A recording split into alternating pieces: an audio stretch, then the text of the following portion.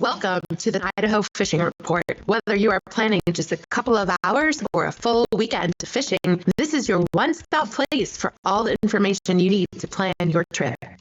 It's all right here, from weather forecasts and reservoir levels to the latest stocking reports and expert advice. And now, the host of Idaho Fishing Report, Jeff Cullers.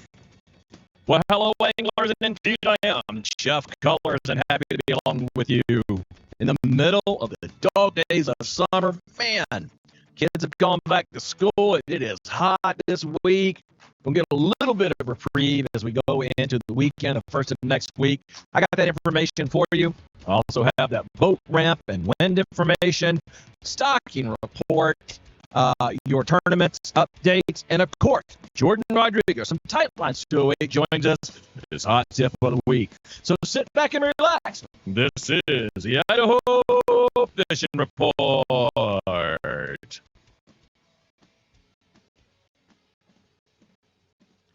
All right, before we get into that, we had a great roller derby bout this past weekend. If you didn't come out, man, you missed it. We had a doubleheader. The first game was 5 points. The second game was a 1-point decision, and the score changed hands 3 times in the last 2 minutes. So your next opportunity to come out to the Idaho Central Credit Union Arena downtown is August 26th. We invite you to come join us. That's the Treasure Valley Roller Derby. And we got some roller derby dates coming up in September and October with the Beat City out in Caldwell. So invite you to join us for that.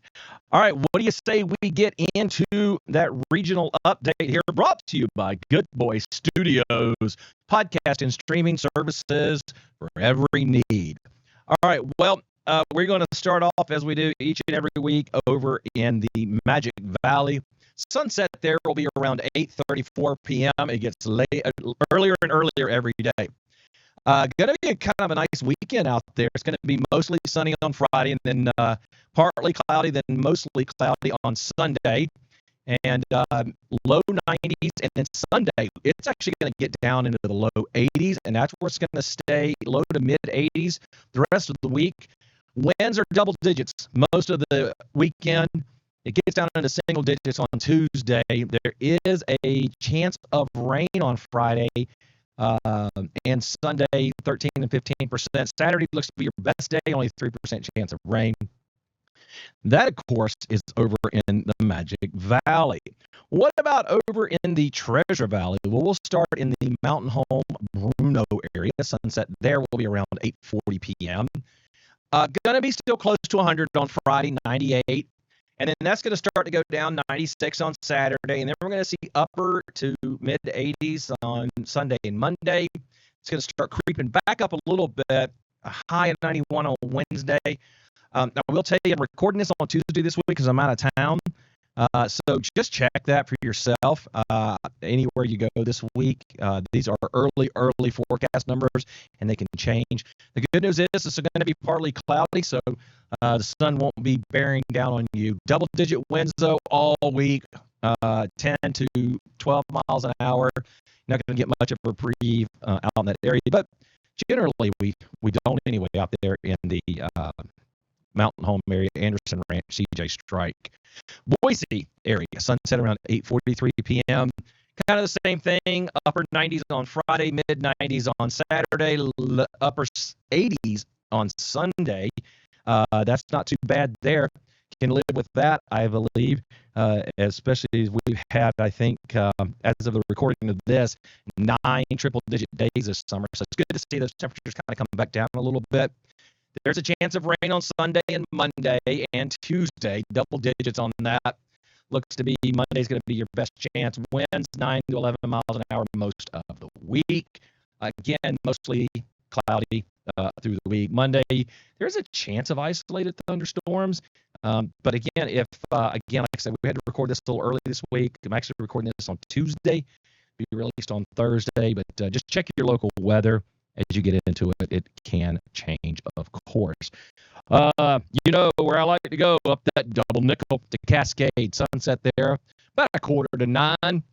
So not too bad there. Going to see mid-80s Friday and Saturday. And then upper 70s on Sunday. You ready for this? Thunderstorms and upper 60s on Monday. There's a 58% chance of rain on Sunday and a 72% chance. So you're going to be dodging raindrops on Monday. Wind not too bad up there. Double digits Friday and Saturday. Kind of unusual for Cascade. We don't get a lot of wind up that way. But it looks like we're going to coming into the weekend. So coming out of this hot spell here, we can kind of expect that. So what do you say we take a drive out 84 and head over to the Snake River Reservoir area and check out there? It's going to be highs in upper 90s on Friday.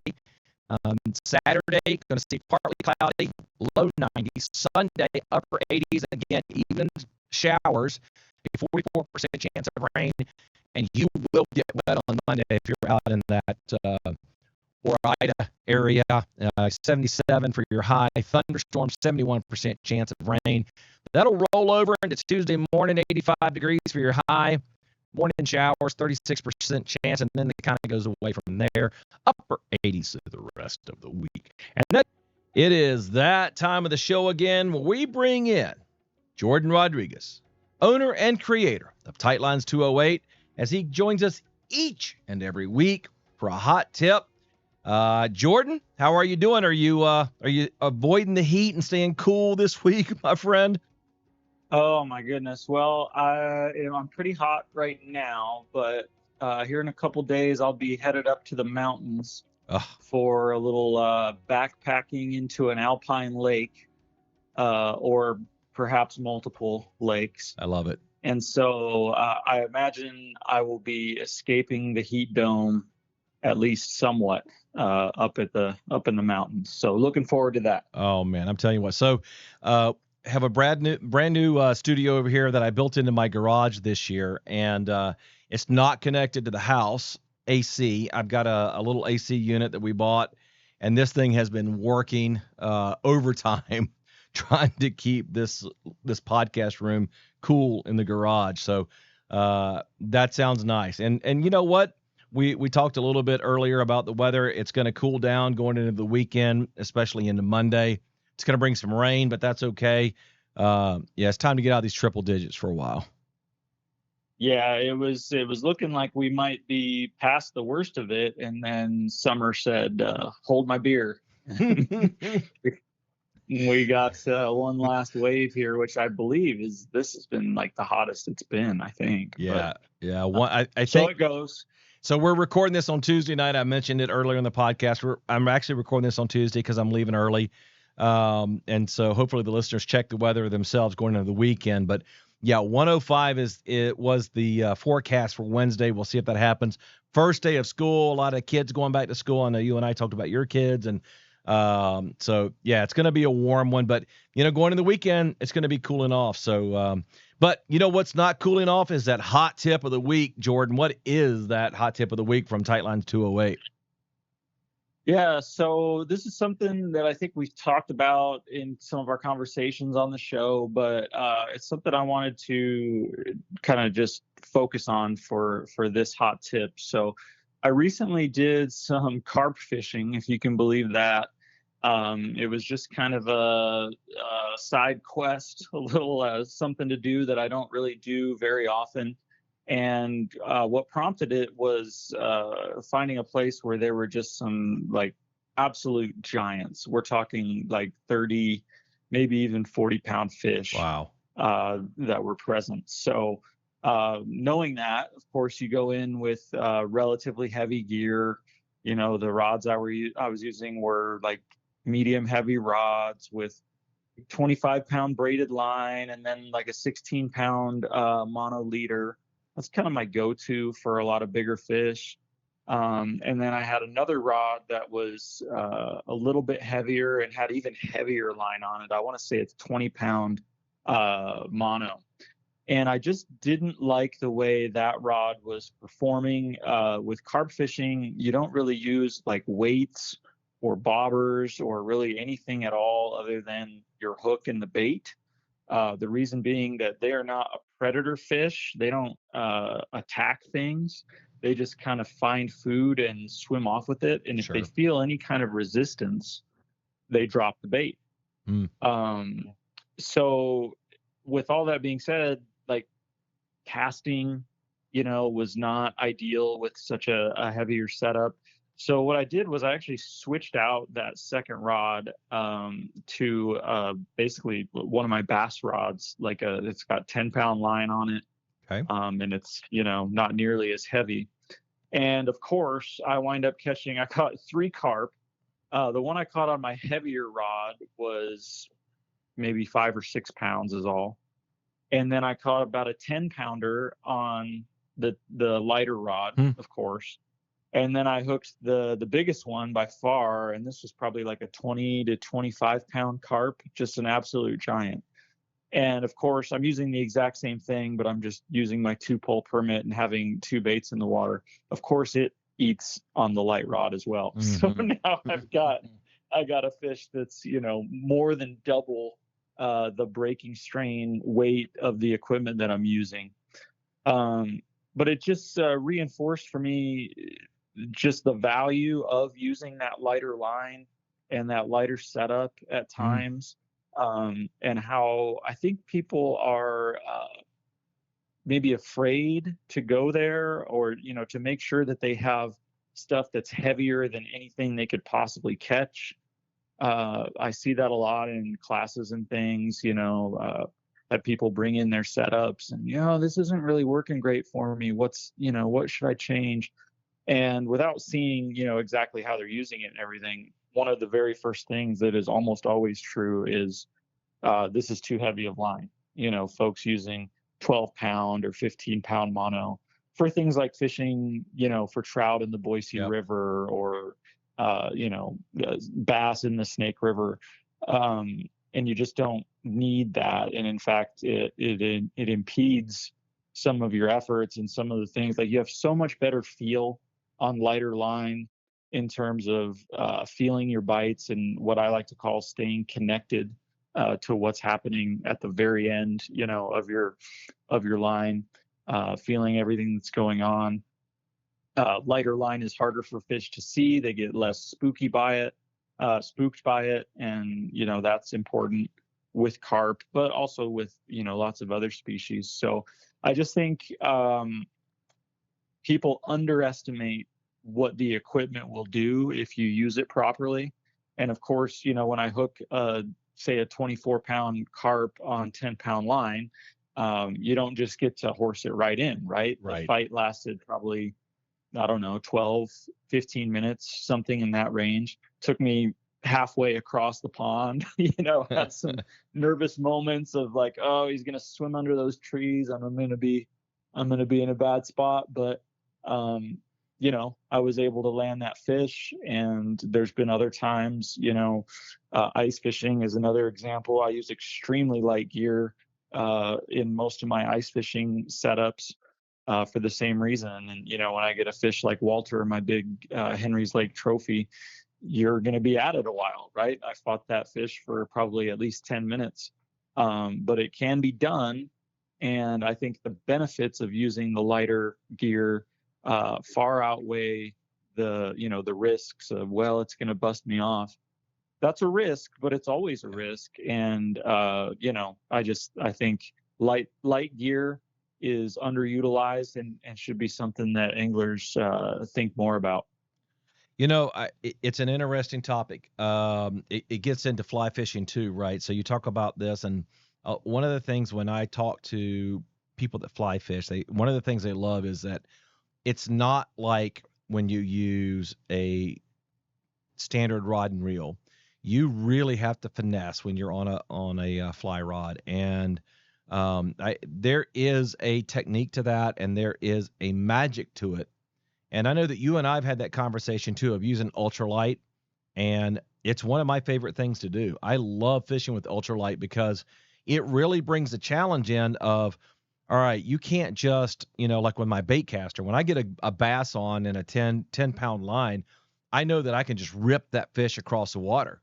But when I'm on a lighter line or an ultralight, I know that I've got to finesse that. I've got to work it. I've got to slow it down, and I've got to tire that fish out. And I think I agree. I think it's a much different game when you're doing it that way. Yeah, I think there's maybe, a higher level of skill to it.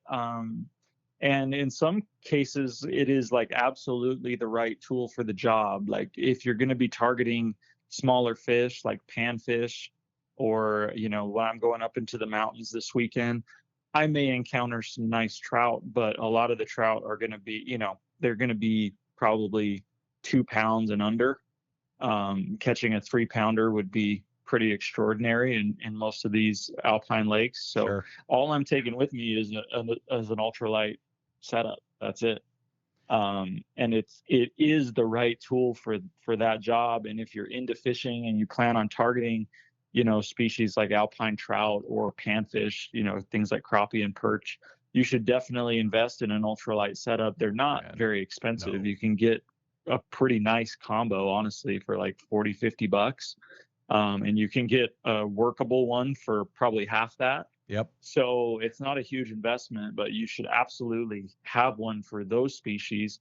But then as you are targeting, bigger fish and things, it's just something that it may not be the right tool for the job, but it's something to keep in mind or in your arsenal. Is like when I fish the Boise River, especially in the wintertime when the flows are down, I take an ultralight. And is it like the best tool for the job? It's arguable, maybe, maybe not. But for me, it's the most fun, right? And I know I can land, you're going to catch a lot of like 1 and 2 pound fish in the Boise. But if I get into one of these, 4 or 5 pound bruiser browns, Yep. which has happened, now I've got to apply some of that skill and some of that patience to land a big fish on lighter gear. So it cuts both ways. It's sometimes is absolutely the thing you should be using, and at other times it might just be more fun. Or in the case of this crazy little carp quest I went on, it wound up working better than the thing I was using prior. I liked the performance better. And of course, it was just Murphy's Law that every time I got bit by a bigger fish, it was on the lighter of the two setups. That's just going to happen, by the way, Sure, for right? anyone Right. who doesn't know that. Like, that's just how it's going to happen. So prepare for, if you're using like 5 ice rods or something, whatever like your lightest or least expensive one is the one that's going to hook the trophy fish every time. It's just going to happen. But it wound up working is the bottom line. Yeah. Like I caught those fish and I was not liking the performance of the heavier gear. So I changed it up, and, just a good reminder that light gear for the win. And listen, let's be honest. All right. So I told last week my story of how I caught on our fishing trip when we did our charter. Caught 2 ling cod. It was a double hook. I was tangled with the guy next to me. There's no way those fish should have made it into the boat, but they did. So it's the same thing. If you can catch a 20-pound fish on a 4-pound test, when you're sitting there with your buddies, that's a much better story to tell than you caught a 5-pound fish on a 10-pound test, right? It's bragging rights at that point too. Hey, look, I brought that fish in on a 4-pound test. Well, and listen, here's the deal: the fishing gods smile upon it, because there are some stories out there that just border on the impossible. And one quick example I will share is there's a fella who caught at what the time was considered a world record tiger muskie. And this was in Idaho. So the world record tiger muskie was caught in Idaho. This wasn't that long ago, maybe early 2000s. And he was trolling on Little Payette Lake with like kokanee gear and like 6 or 8 pound test. Oh my God. And he hooked this fish. It was like 52.5 inches long. You can look it up online. There's pictures and everything. It still exists as the Idaho state record. But it's just like an absolute behemoth. The type of fish that probably broke off multiple anglers using, legit musky gear and all the things. And this guy catches it on like this dinky wedding ring spinner, trolling for trout, hooked perfectly right in the corner of the mouth. Because of course they got the teeth too when you're dealing with muskie. Just borders on the impossible. And it's just like, of all the things, I don't understand how the fish didn't straighten out the hook, because that's another thing that can happen if you go too light with your gear. But, it's just crazy stuff happens, and don't underestimate, with use of the proper drag settings and all of those types of things. And of course, putting in a lot of time, you can land almost anything on whatever you happen to be using. For sure, for sure. All right. That's going to be our next podcast. Me and you just sit around telling fish stories. I love it. All right, let's focus forward here. Oh, hold on though. We got to go back because I have actually never caught a carp, and they irritate me because when I go fishing, I see the water breaking. I'm thinking, all right, fish are biting on top. I'm going to top water and I'm casting, and then I find out it's nothing but carp, and I'm not catching anything. So carp are my nemesis because they irritate me when I'm out fishing for other fish. And I'm just telling you right now, it's just carp. Yeah, they're very frustrating. I don't have a specific, affinity for them. Obviously, it's kind of unfortunate that they're so prevalent in a lot of our fisheries. They've just kind of not taken over, but they definitely thrive and are very established. So I'm with you. It's annoying. I'm usually annoyed when I catch a carp because I've had them like eat jigs and, bass presentations. It does happen on rare occasion that you'll wind up with a giant carp taking like a Ned rig or some kind of crayfish imitation.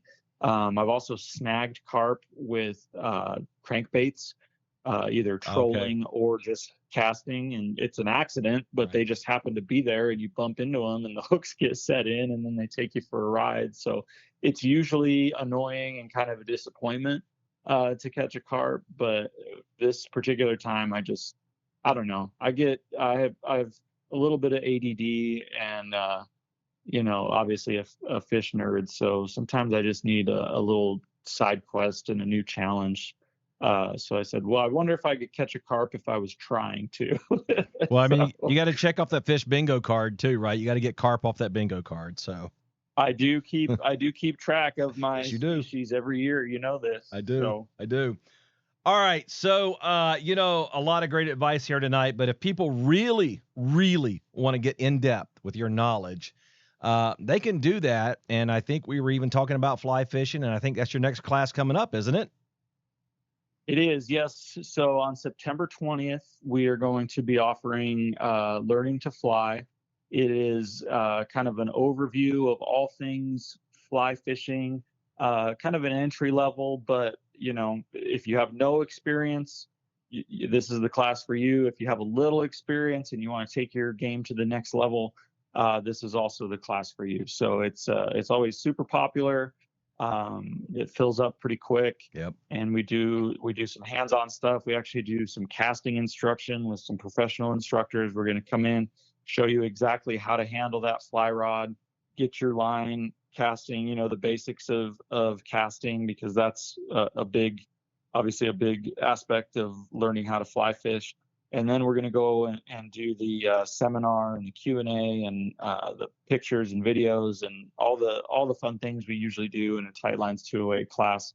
So that'll be September 20th. It is a Wednesday night, and from 5:30 to 8:30 p.m. And the registrations are now open at tightlines208.com.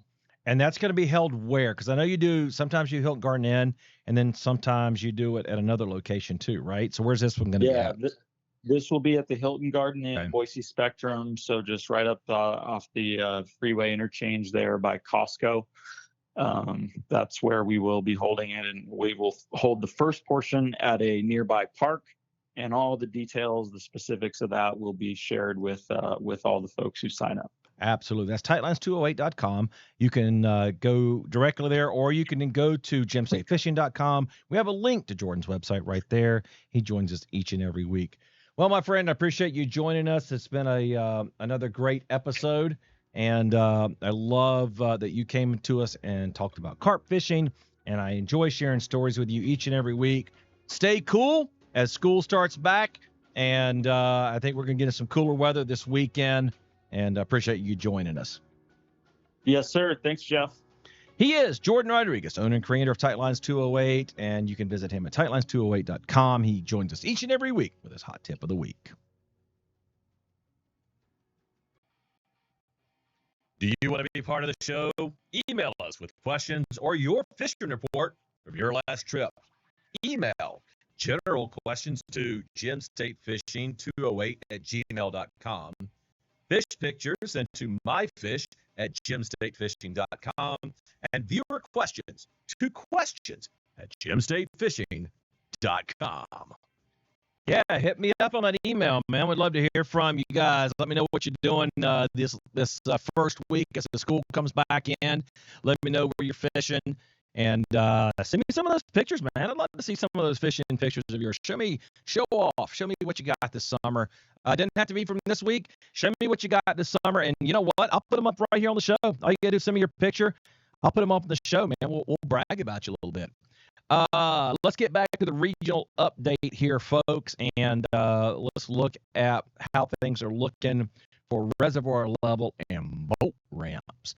So over to Magic Valley, Lake Walcott sitting at 94% full, slight drop this week, elevation of 42-44.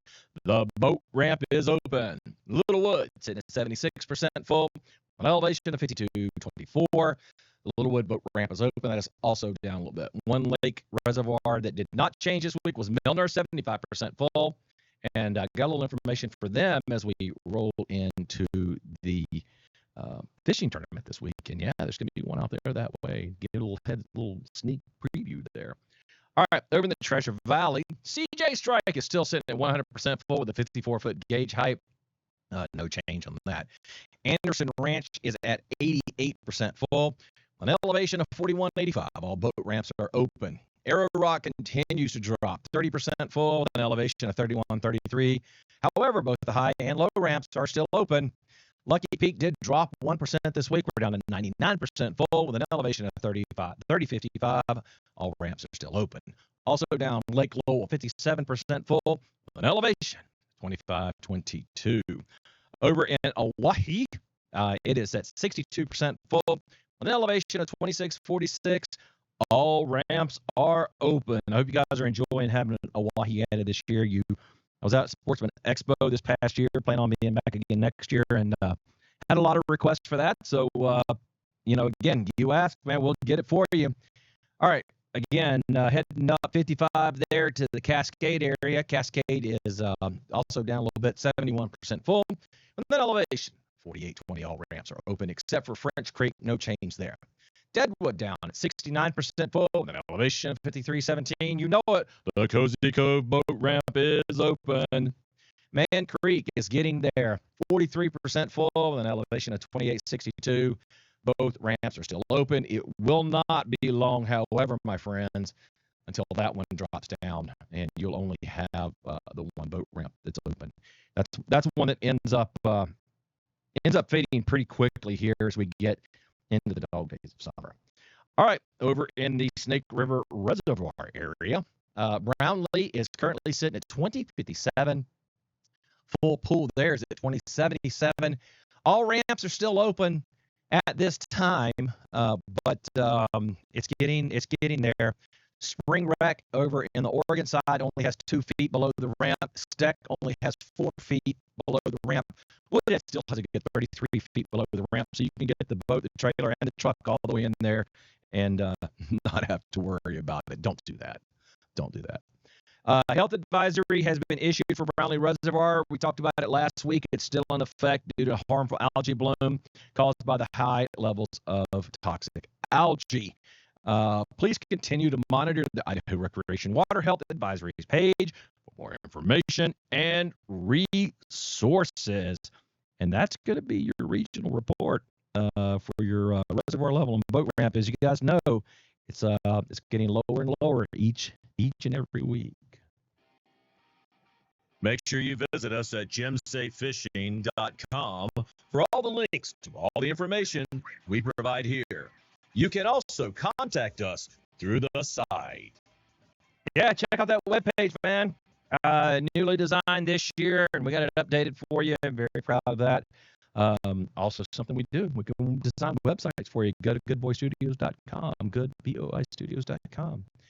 All right, let's talk about some stocking and some fishing reports. I hate to tell you guys this. There's not a lot to report on this week. There's not a lot of stocking over in Magic Valley. Big Trinity Lake is at 1,200 going in. That's actually going to be done between the time we record this and the time we release it on Friday. 1,200 there, Big Trinity Lake. There's a lot of streams over there. So you can go to the Fishing Game website. You can go to Good Boy Studios.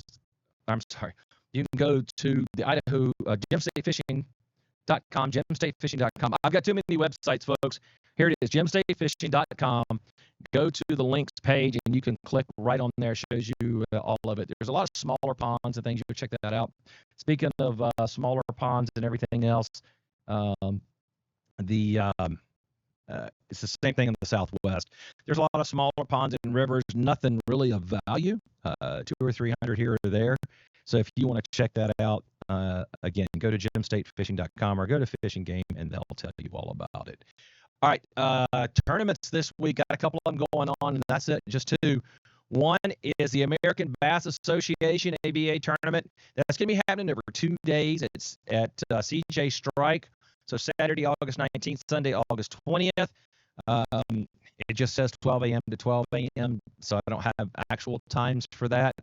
That's a big one. If you're familiar with 208 Fishing, remember that group on Facebook page. They're having their big meeting this week.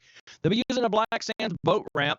You can check that out if you want to, or you can avoid the heck out of CJ Strike and go fishing somewhere else. And if you're trying to avoid fishing tournaments, don't go to Milner Lake, because there's one there too, and that's just going to be on Saturday though.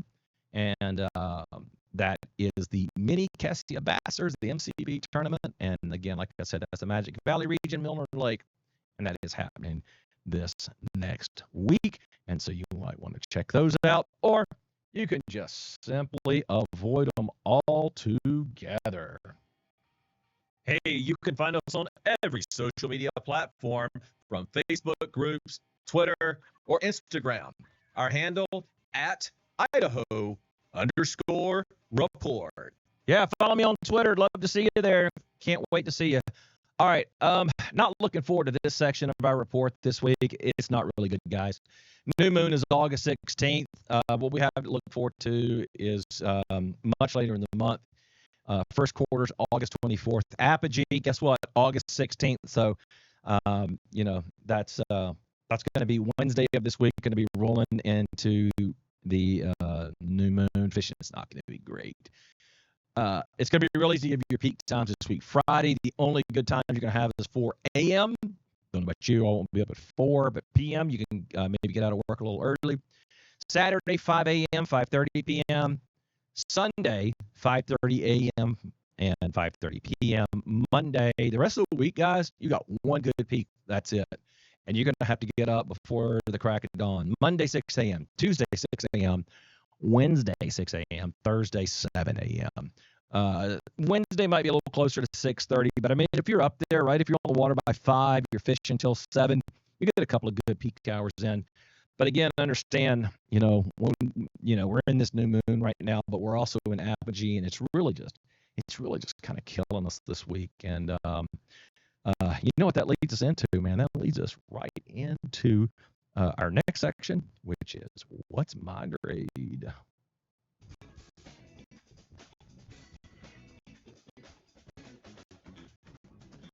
Booyah. Love it, love it, love it. Okay. I went back to school a few years ago, went back to get my degree, and sometimes you get really good grades, and sometimes you don't, no matter how hard you try. For me, it was math, because I was a comm major, and math just wasn't my thing. And so this is a math week for me, because it's going to be a C+. It really is. It's just, I mean, we're going to get those cooler temperatures, but we're going to see the rain on Sunday, Monday, and we're going to, like I said, the moon phase is just really killing us.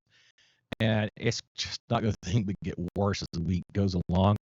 The first of next week, we're going to go down to a solid D, especially with those thunderstorms rolling in midweek. So the fishing is just going to be slow due to that moon phase, and it's just not going to be a good week. So that's going to do it there for that. And so that's all we have for our grade. Unfortunately, it's not going to be a good one.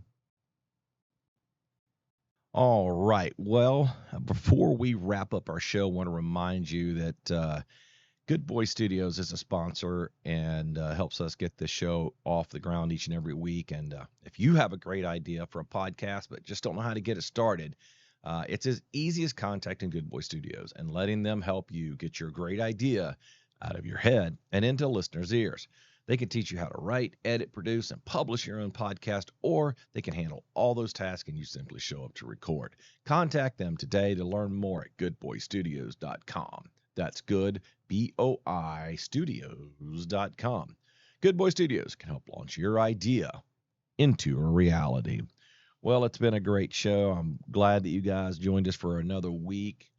Big shout out to Jordan Rodriguez and Tightlines 208 for their hot tip of the week, talking a little bit of carp and many other fishing stories that Jordan and I kind of went down that path today. And it's always fun to share those fishing stories. So hopefully you guys enjoyed the show. It's going to cool down for us quite a bit. Unfortunately, I think the fishing's going to cool down too, so that ain't great.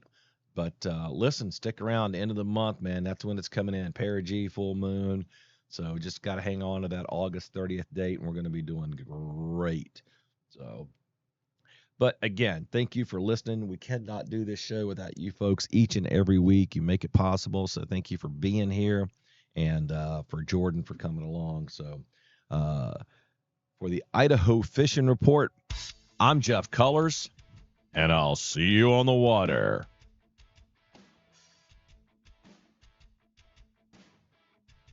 We would like to thank you for listening to the Idaho Fishing Report. You can find us at gemstatefishing.com. Also, connect with us on Facebook, Instagram, and Twitter. You can also find us on YouTube.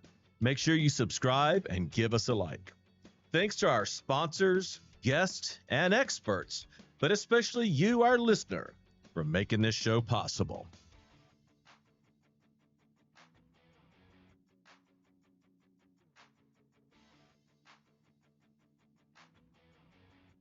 This has been a Good Boy Studios production in association with OMS Multimedia, LLC. Join us next week for another episode of the Idaho Fishing Report.